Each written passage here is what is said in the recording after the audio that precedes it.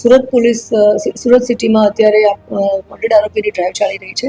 70 મુજબના જે warrant issue થયા છે એમને પકડવાની પણ એક ડ્રાઈવ પોલીસ કમિશનર શ્રીએ સુરત સિટી શહેરનાઓએ આપેલી છે. જે દરમિયાન એક્સરસાઇઝ કરતા સલાબતપુરા પોલીસ સ્ટેશનમાં જે 33 વર્ષથી 1992થી જે આરોપી ફરાર છે, જે લૂંટધાડનો આરોપી હતો, જેના વિરુદ્ધમાં 70 મુજબનું પણ વોરંટ નીકળેલું હતું. તામજી તરસનજી ઠાકોર, જેની ઉંમર 60 વર્ષ છે, જે ચાંદખેડા અમદાવાદ શહેર ખાતે રહે છે. એની ઉંમર સોર્સથી અમને ઇન્ફોર્મેશન મળતા અમે ઇમિડિયેટલી ટીમ રવાના કરી અમદાવાદ અને એને અટક કરેલ છે. નાની મોટી છૂટક મજૂરી કામ જ કરે છે. અને આ સિવાય બીજા 2 આરોપી છે જેના 70 મુજબના વોરંટ નીકળેલા હતા. જયંતિભાઈ ઈશ્વરભાઈ પટેલ, જેની ઉંમર 63 વર્ષ છે અને જે મૂળ મહેસાણાના રહેવાસી છે. દિનેશભાઈ ઈશ્વરભાઈ પટેલ, જેની ઉંમર 66 વર્ષ છે અને એ પણ મહેસાણાના રહેવાસી છે. આ લોકોને પણ 70 મુજબનું વોરંટ હતું અને એક્સરસાઇઝ કરતા અમને લીડ મળી કે અત્યારે ડિંડોલી વિસ્તારમાં સુરત સિટીમાં જ રહે છે.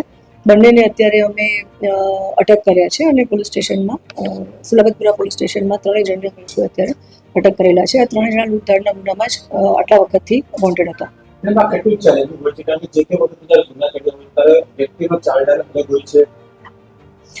જનરલી આટલા વર્ષ જૂના જેટલા પણ આરોપીઓ છે એમનું ફેસ રેકોગ્નાઇઝેશન કરવું એ પણ એક ચેલેન્જીસ પોલીસ માટે રહે છે. ઘણી વખત એડ્રેસ પણ બદલાઈ જતા હોય છે. એ લોકોનું પ્રોફેશનલ પણ એ લોકો કામ ધંધો પણ બદલી નાખતા હોય છે, શહેર બદલી નાખતા હોય છે. એ લોકોના જે રિલેટિવ્સ છે, રિલેટિવ્સ પણ ઘણી વખત પોલીસ સપોર્ટ નથી કરતા, કારણ કે આટલા વર્ષોથી એ લોકો બહાર ફરતા જ હોય છે અને વોન્ટેડમાં હોય છે. તો અમારા માટે, પોલીસ માટે મોટી ચેલેન્જ છે કે આટલા વર્ષો પછી પણ અમે આરોપીને આ રીતે એક્સરસાઇઝ કરી અને મહેનત કરી અને કલાકો આપી અને એના વિશેની એક લીડ મળે છે અને પોલીસની ટીમ મોકલી અને એને અટક કરીએ છીએ. પરંતુ મહેનત કરી તો મહેનતમાં અમને આ ફળદાયી પરિણામ મળ્યું છે.